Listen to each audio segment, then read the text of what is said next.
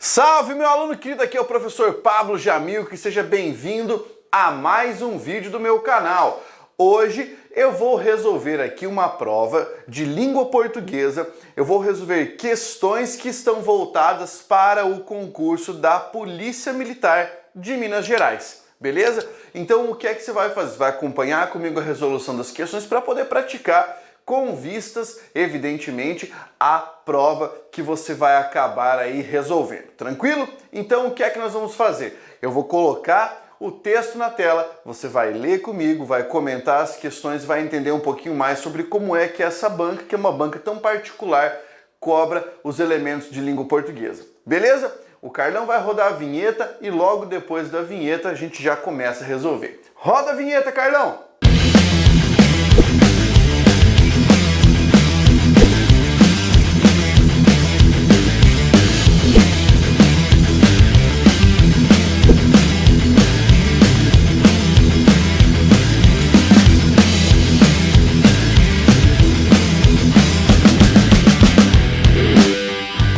Joia! Então vamos lá para a resolução dessa nossa prova. Olha o texto aí na tela. Vantagem evolutiva. Sabe-se há algum tempo que indivíduos chamados dominantes tendem a subir mais alto em hierarquias diversas.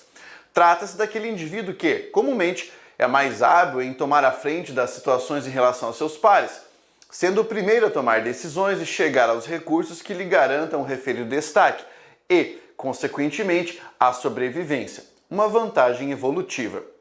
O que não se sabia era se esses sujeitos seriam capazes de tomar decisões mais rapidamente, exibindo o comportamento relacionado à dominância fora de um contexto social, sem que houvesse algum tipo de competição entre dois ou mais indivíduos.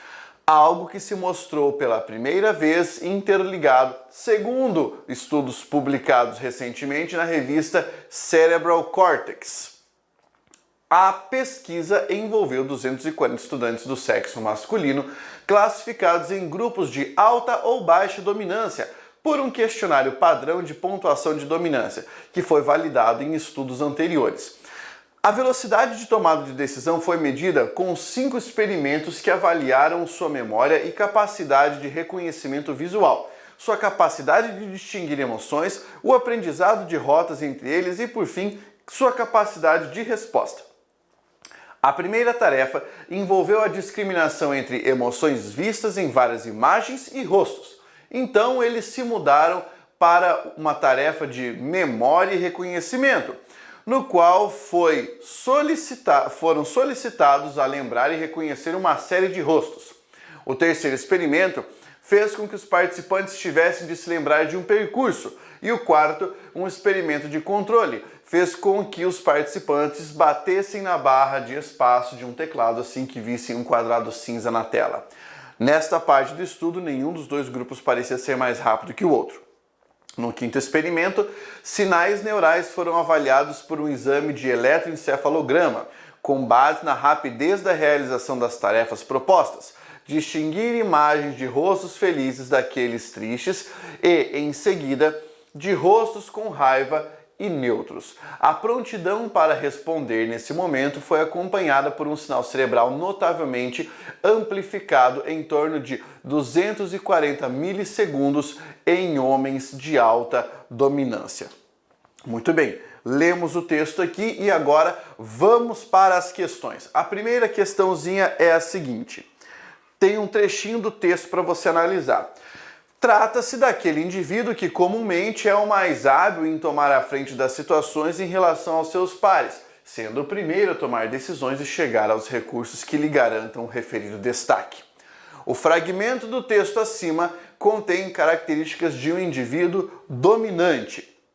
Marque a opção correta que indica essas características na ordem em que se apresentam, certo? Então vamos lá, mais hábil em tomar a frente, depois primeiro a tomar decisões e chegar aos recursos que lhe garantam o referido destaque. Então, o primeiro que nós temos ali é esse relativo à habilidade de tomar a frente em situações em relação a seus pares. O que a gente tem ali então para analisar? Na ordem que aparece competência, atitude e habilidade, habilidade, percepção e conhecimento, técnica, atitude e conhecimento, habilidade, atitude e conhecimento. Então veja, o mais hábil em tomar a frente, já sabemos que o primeiro é a habilidade. Elimina a letra A, elimina a letra C. Depois, nós temos ali, sendo o primeiro a tomar decisões. Tomar decisão é uma ação, é uma atitude. Então você elimina a letra B porque falou em percepção. E depois, chegar aos recursos que lhe garantam referir o destaque. Isso é o conhecimento. Então, resposta letra D. Isso é uma questão de interpretação de textos. Habilidade, atitude e conhecimento. Depois, o que não se sabia era se esses sujeitos seriam capazes de tomar decisões mais rapidamente, exibindo comportamento relacionado à dominância fora de um contexto social, sem que houvesse algum tipo de competição entre os dois ou mais indivíduos. Em relação às informações implícitas no período acima, assinale a opção incorreta, ou seja, o que é que está errado, tá bom? Vamos lá, letra A. O ambiente é um forte influenciador do temperamento humano. Isso está certo. Por quê? Porque não sabiam se esse comportamento era o mesmo em um contexto social sem competição. Quer dizer, o ambiente influencia o temperamento. Essa é uma informação implícita correta. O comportamento da pessoa é condicionado ao grupo social. Exato, porque não sabemos se a ação é a mesma fora do grupo, fora do contexto. Essa informação está correta, você não vai marcar. Indivíduos dominantes exibem comportamentos de competição entre as pessoas de um grupo. Ó, mesma coisa que estava implícita ali. Você pode tirar essa informação com base no texto. Agora a letra D. O indivíduo dominante adota comportamento desafiador dentro e fora de um grupo social, mas isso não se sabia. Então, resposta letra D. Essa informação está incorreta. Toma cuidado. Todas as outras informações estavam implícitas corretamente. Essa informação não estava. Muito bem. Questão de número 3. A partir do texto lido, pode-se afirmar que para o autor a tomada de decisões é o quê? Vamos lá. A observação de um indivíduo com um comportamento de dominação fora de um contexto social. Espera aí. A habilidade de tomada de decisões é a observação de um indivíduo com um comportamento de dominação fora de um contexto social? Não. Houve um experimento fora do contexto social, mas a tomada de decisão não é essa observação. Está errada a letra A. Letra B. Um processo quase automático para alguns, enquanto em outros lento e doloroso. Isso não está dito no texto. Não há essa informação no texto. Letra C. A capacidade e habilidade de decidir mais rapidamente que um indivíduo possui. Espera lá. De decidir mais rapidamente não é necessariamente isso a tomada de decisão, pelo menos para o autor do texto. Letra D. A capacidade de decidir com assertividade dentro e fora de um grupo. É exatamente isso que ele está julgando em relação àquilo que está escrito no texto. Ele está falando sobre tomada de decisão, certo? Então, o artigo está sendo avaliado aqui, ó, a velocidade de tomada de decisão. E aqui você tem os experimentos, certo? Ó, capacidade de distinguir emoções, aprendizado, capacidade de resposta, certo? E ele, inclusive, indica qual era a característica do experimento. Então, a resposta para 3, letra D. Quando isso acontece em um concurso, o cara já começa a achar que ele errou pelo menos uma das anteriores. Número 1, D. Número 2, D. Número 3, D. Ele pensa, cara, com certeza eu errei. Porque na cabeça dele existe uma lógica maluca que ele tem que responder uma letra para cada. Não é assim, cara. Essas questões, essas assertivas, são embaralhadas por um sistema. E aí, de vez em quando, pode calhar de a sua prova ter um embaralhamento diferenciado. Então não se preocupe, não fique nessas teorias malucas de tantas letras A, tantas letras B, que isso aí não funciona. Muito bem, número 4. Nas palavras C destacadas nos fragmentos abaixo, C indicou corretamente sua função sintática em... Então vamos lá. O que é função sintática? Eu já vou marcar para você que essa questão já tem um erro de elaboração. Função sintática é sujeito, objeto direto, objeto indireto, predicativo, tá? Isso é função sintática. Quando o cara fala pronome, quando ele fala conjunção, isso é classificação morfológica. Então a questão já começou mal. Por que ela começou mal? Porque o cara fala função sintática e aqui ele manda pronome reflexivo. Pronome reflexivo é a característica morfológica, tá? Então, vamos desconsiderar esse comando aqui. Teria que ser sua classificação, tá? Classificação. Por que eu explico isso aqui para os meus alunos? Porque é assim, a banca examinadora comete seus erros. Toda banca falha. Toda banca falha. Eu estou corrigindo várias provas elaboradas por essa banca examinadora. Cada prova possui pelo menos uma falha. Já vá preparado, tá? Já vá preparado, porque pode ser que você encontre esse tipo de falha lá. Bem, vamos lá. Letra A. Então eles se mudaram para uma tarefa de memória. E está dizendo que isso é um pronome reflexivo. Bem, isso é realmente um pronome reflexivo, porque este se pode ser substituído por a si mesmos. Eles mudaram a si mesmos para uma tarefa de memória. Esse pronome está indicando algo como uma ação que é praticada pelo sujeito e que recai sobre o sujeito. Tanto que a resposta indicada pela banca, de fato, era a letra A. Por que não era a B? O que não se sabia era se esses sujeitos seriam capazes, e disse que era o índice de indeterminação do sujeito. Não pode ser. Vou explicar para você o porquê disso. Olha só, a palavra ser pode, nesse tipo de classificação que ele empreendeu aqui, ser um índice de indeterminação do sujeito, beleza? E ela também pode ser, se estiver acompanhando um verbo ali em alguns casos, uma partícula apassivadora ou pronome apassivador, se você preferir. Aqui eu estou falando de elementos de natureza que transformam as funções sintáticas. Não estou falando da classificação morfológica ali no início, tá? Vamos pensar.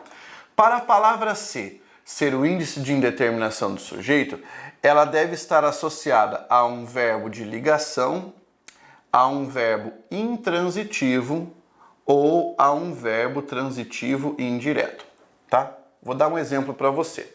Um verbo de ligação. Por exemplo, o verbo ficar.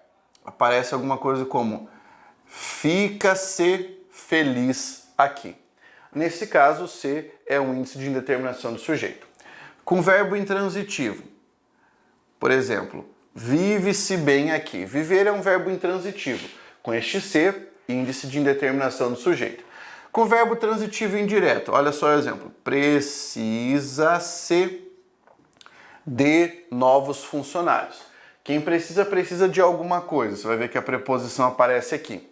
Verbo transitivo indireto, isso aqui é um índice de indeterminação do sujeito. O que você percebe quando isso acontece? O verbo obrigatoriamente fica no singular. Então isso aparece tanto nas questões sobre palavra ser, quanto nas questões sobre concordância, tá? Bem, a gente já pode ver que não é esse o caso, né? Porque o verbo que está aqui é o verbo saber. Quem sabe, sabe alguma coisa. É verbo transitivo direto. Então, a questão está errada porque não bateu nenhum desses casos aqui. Para ser uma partícula passivadora, ou você vai ter um verbo transitivo direto ou um verbo bitransitivo. Então, entregando o exemplo aqui, ó. Sabe-se que aquilo vale muito. Isso aqui é uma partícula passivadora, tá bom? Com o verbo bitransitivo, ofereceu-se, sei lá, ajuda ao aluno. Beleza? Pablo, mas apareceu a preposição. Aqui não há problema, porque além de aparecer um elemento com preposição, esse verbo não é transitivo indireto, ele é bitransitivo. Ele tem duas formas complementares e uma delas, que seria o objeto direto, vira o sujeito. É isso que acontece. Para você aprofundar esse conceito, você tem que estudar a minha aula de vozes verbais, para você poder aprofundar isso aqui. Mas então, nesse caso, o que nós temos ali, ó, este se é uma partícula passivadora ou pronome passivador. Não é índice de determinação do sujeito. Beleza? Depois, sabe-se há algum tempo que indivíduos chamados dominantes, e daí aqui o cara mandou para nós pronome apassivador. Não foi exatamente o que eu acabei de explicar para vocês? Foi. E aqui, o que aconteceu? Aqui a banca deu na trave, porque este se, de fato, é pronome apassivador. Beleza? Aquilo ali é pronome apassivador. Então, só aqui já há duas respostas corretas. Meu Deus, que banca mais fuleira. Letra D. Algo que se mostrou pela primeira vez interligado, palavra expletiva. Não, esse se mostrou é o mesmo caso do se mudaram. Ele é reflexivo, tá? Cara, é muito incrível essa banca indicar que o sabe-se há algum tempo não é pronome passivador e o se sabia não é indeterminação do sujeito. Muito provavelmente quem elaborou essa questão estava com sérios problemas mentais no momento em que elaborou essa questão.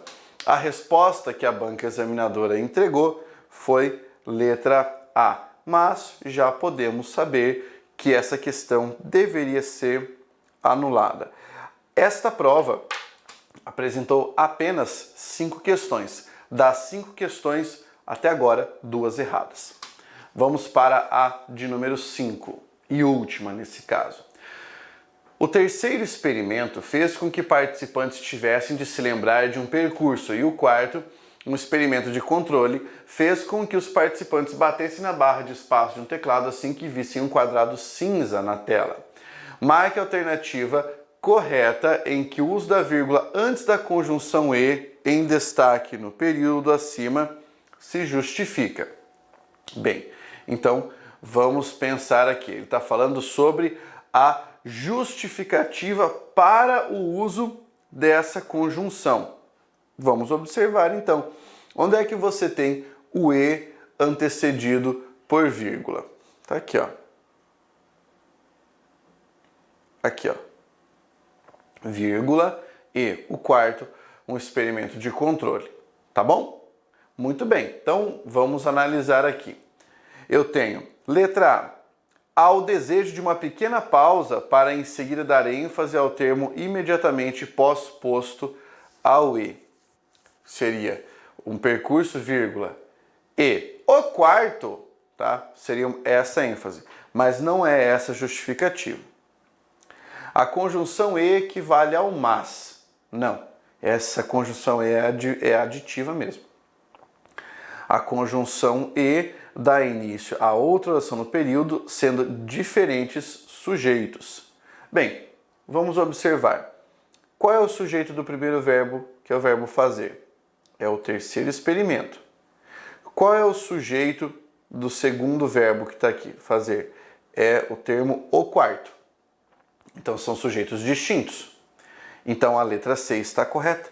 Você emprega a conjunção, nesse caso, a nossa conjunção de natureza aditiva e antecedida por uma vírgula, porque nesse caso nós temos sujeitos distintos. E porque não é a letra D, as conjunções e nem não dispensam vírgula quando ligam orações. É claro que dispensam. Quando você tem sujeitos da mesma natureza, você não utiliza vírgula nesse caso. Então, a resposta é a letra C. Vamos repassar aqui todas essas questões. Primeira estava correta, letra D, sem questionar. Segunda, letra D, tudo bem, estava ali, tranquila, interpretação fácil, tá? A número 3, capacidade de decidir, tá aqui, estava beleza. Começou a parte gramatical, começou a haver problema, né? Número 4, a resposta era a letra A, mas você viu aqui tanto erro no elemento inicial, quanto erro, né, por haver duas respostas possíveis.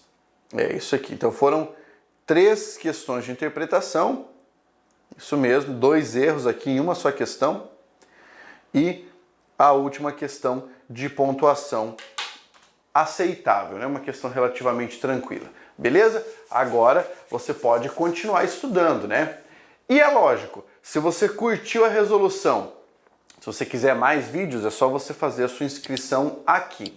Pablo, eu quero resolver mais questões desta banca porque eu vou participar do concurso da Polícia de Minas. Eu montei um curso de resolução de exercícios, cujo link eu vou deixar aqui embaixo para quem quiser fazer a inscrição, poder ir lá para o meu site e fazer a inscrição nesse curso de questões comentadas. Beleza? Um abraço e até mais. Força, guerreiro!